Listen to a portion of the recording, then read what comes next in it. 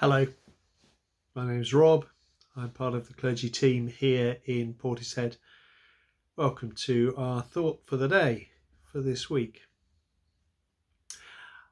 I have been so privileged over the last few months to have been given the opportunity to have a sabbatical. So that's 3 months away from work, partly as a rest, an opportunity to stop and to reset, partly as an opportunity to do some reading and thinking and praying. It's been really lovely. I'm so grateful to the team and to the whole church for allowing me to do that. And in the few days since I've been back from my sabbatical, a few people have said to me, "Oh, we'd love to hear about what happened and what you did, and will there be an opportunity for you to share that?" And this thought seems a good opportunity for that. So it's a little bit different from my usual thoughts. Um, it might be a little bit longer. I apologise for that. I hope you don't get a bit bored. But what I'll do, I'll just say a little bit about what I did and the shape of those 3 months that I had off. And then I'm going to talk a bit about a kind of really significant part of my kind of thinking that went on there, which I'd love to have an opportunity to share with you. And this seems a really good chance to do so. So that's where we're going to go over these next few minutes. So, as I said, a part of my sabbatical was an opportunity to have a rest, and I had some fantastic time with the family. Both of my daughters were around for the whole of August, which was lovely, and it certainly felt like it might be the last chance that we have for all four of us to be together for a really extended amount of time in that way. We had a wonderful holiday. We went cycling and camping in Brittany, which was lovely. And it was nice just to have some downtime and some time with them, and spend some time when I didn't have evening meetings and some of those normal pressures on my time. So that was lovely. I also took the opportunity to go on retreat, and I went to my favourite retreat centre, which is called St Byno's in North Wales. It's a place I've been a number of times before, and it was good to go there for a good chunk of time. And do some business with God there. And I also spent a little bit of time at the Abbey, where some of you will know I'm a trustee, and so it was good to go down there to North Devon. And I also sat in on the lectures for a part of a master's programme at Sarum College in Salisbury. And the particular thing that I sat in on, the module I sat in on, was called Relocating Religion, looking at where religion fits in the modern world. And I also did quite a lot of reading, whole variety of things, and some thinking, and an opportunity to think, what am I doing? What's my ministry about? And also a chance to think about the church, which Relocating Religion, that module, was so helpful for. So that was the shape of my 3 months. It was relaxed. I didn't do any great foreign trips. But it was hugely restorative and fascinating. So thank you. And so I want to just say a little bit about some of the thinking that I've been doing, and this kind of coincides with a report that's just been produced, and also with that module, Relocating Religion, that I was a part of and was able to do some reading about, and thinking about the secular world that we live in and what place the church has within it. Now, earlier this year, the Bible Society produced a report called The Quiet Revival, which you may possibly have heard about. It certainly made some news, and it produced some really interesting findings, and a range of them, but I'm just going to highlight a couple of them. The first thing it talked about was church attendance, and of particular significance that there was marking a real shift in patterns of church attendance and the people who are attending church. So roughly 12% of adults in England and Wales are attending church monthly or more. But here's the interesting thing. 21% of men aged between 18 and 24 are attending church, so are regular churchgoers. 21% of men aged 18 to 24 are regular churchgoers, and 33% of adult churchgoers in England and Wales are between 18 and 34.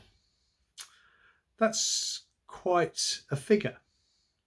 So I'll come back to that in a moment. The second thing that was really interesting was about church going and well-being. So this is not about belief in God in a vacuum. It is about attending church and what impact attending church has on people's well-being. And the results are really fascinating, and you can see them here.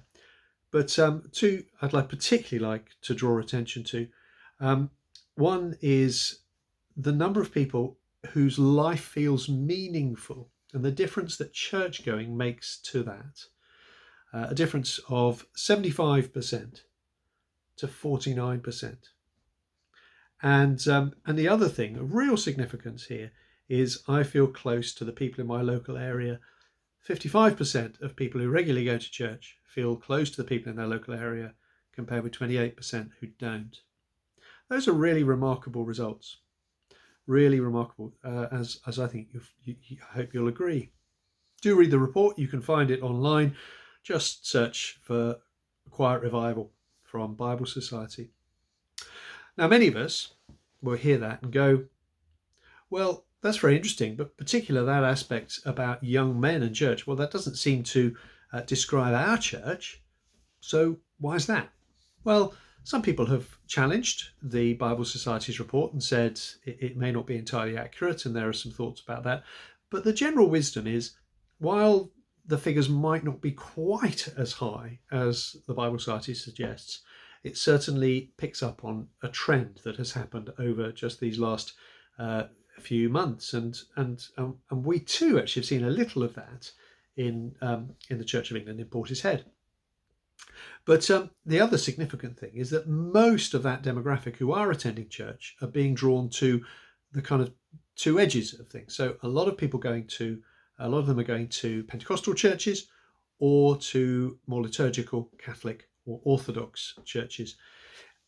Churches where they emphasize the importance of a really, really profound encounter, either through their spirit-filled worship or through the senses and the sacraments. Those seem to be the churches that are attracting these young people, and particularly young men, significantly. And so this led me to think, and I was doing quite a lot of thinking about this while I was off, about what sort of church we are called to be. We are called to be. And I want to say, and the answer to that I came up with was this, and I think it's really important that we remember why it is we're called to come together and to meet as a church, but also that reminder that actually church going is good for you. That's what this report says. Church going is fundamentally good for you. It is good for our mental health. It's good for our feeling of connection. And I think there are four things that I'd want us to be really emphasizing about who we are as a church. They are these. The first is that church is a place of welcome. God invites us to church, and we are welcome just as we are. That unconditional welcome is absolutely fundamental to our identity as a church. Welcome to all and welcome to us. Secondly, church is a place of encounter. Church needs to be a place of deep and profound encounter with God by His Holy Spirit, and deep and profound encounter with one another. We come to church, we meet with other people. That's really important. Jesus reminded us in Matthew 25 that when we meet others, particularly people in need, when we respond to them, we are responding to Him. That's a really important thing. It's a place of welcome, a place of encounter. Thirdly, church needs to be a place of transformation. We come to gather together to seek transformation by the power of the Holy Spirit, to be formed into the likeness of Christ. That's what we long for. And that's what needs to draw us and what we need to keep in focus. And finally, church is a place of preparation.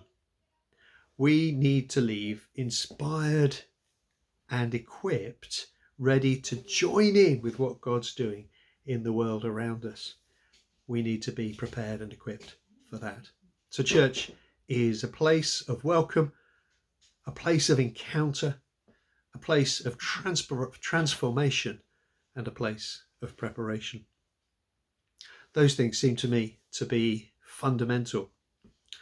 And I've come back with a fresh energy to help our church to become more and more those things. Of course, our churches are, but more and more.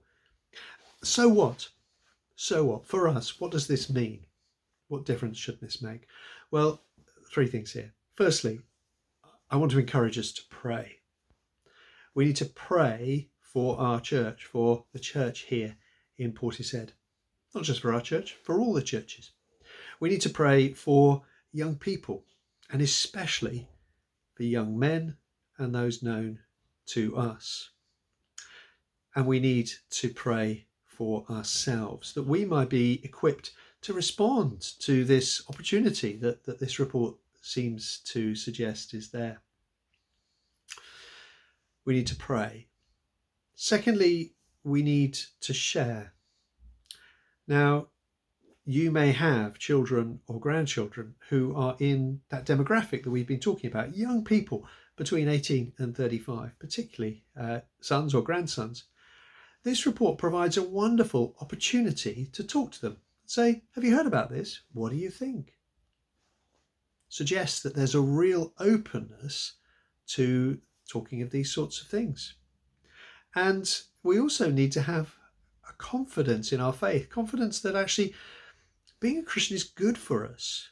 It makes a difference. And perhaps if we're doubtful about that, it's an opportunity for us to look deeper into our faith and the things that mean we are people of faith. We need to be willing to share something of what we know and understand and believe, what we have come to discover for ourselves.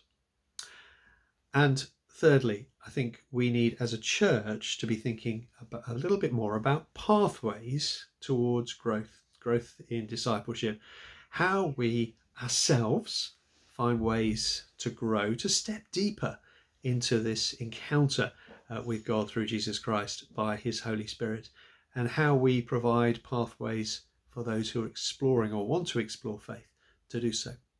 Over the last 2 or 3 years, we have run a course called Setting Sail. We've tended to run it early in the year around January, and we'll do that again next year. And I really, really want to encourage us to pray whether that's something that we'd like to be a part of, to pray about people we might invite to be part of it, to come and to discover a little bit more about what it means to follow Jesus, and to discover a little bit more about what this report suggests church can and does provide. Not just an opportunity to encounter Jesus, but a real opportunity towards deeper spiritual health and well-being. So that's how I come back. If you're wanting to see my holiday photos in this little video, I'm really sorry.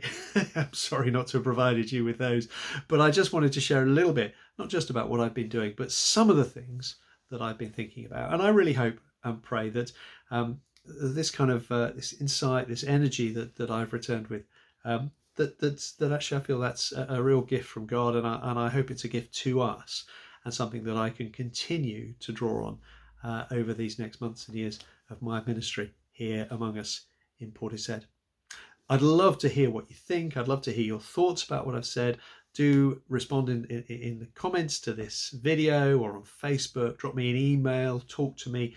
I'd love for this to be a really significant conversation that we continue to have as we think more and more about who it is that we are called to be.